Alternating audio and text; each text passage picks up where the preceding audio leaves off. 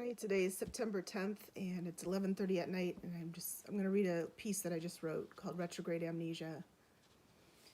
Before, on the day I became a cyborg, a purple iridescent power port the size of a quarter is slipped beneath the surface of my skin above my heart. A tube runs into my veins to get me ready for chemo. You can see it here, right here. Plug and play. I enter the matrix half expecting to be Neo reborn. I know you're out there. I can feel you now. I know that you're afraid. You're afraid of us. You're afraid of change. I don't know the future. I didn't come here to tell you how this is going to end. I came here to tell you how it's going to begin. Why do I remember things this time? I asked the anesthesiologist.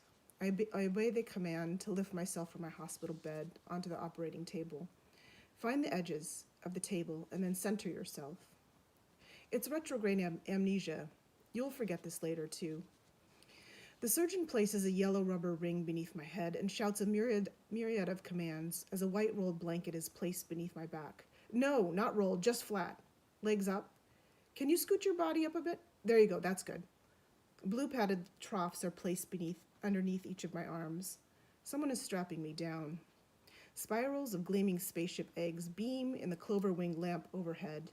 In this paralyzed twilight state, before, will I remember that in another Midwestern hospital bed not so far away, Jacob Blake lies handcuffed after being shot in the back 7 times by police?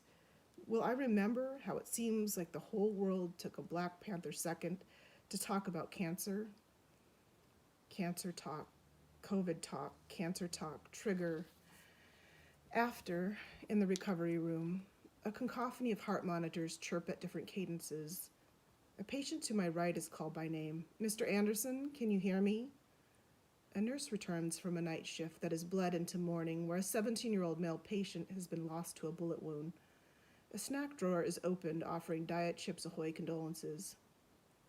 I'm being wheeled back to my own room now, back to the tiny gold crucifix left praying by the clock, next to the TV forever replaying Law and Order.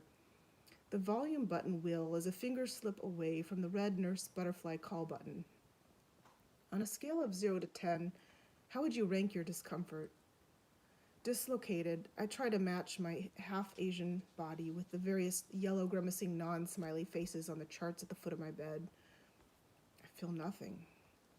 Later, when the opioid itching makes me give up feeling numb, a stiff, dull ache sets into my white privilege.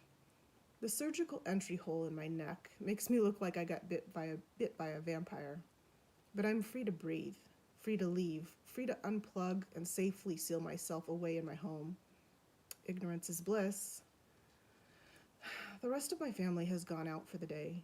In the late afternoon, I wake hazy like a dog from the wedge in my couch, and I move my cyborg body to the back porch steps.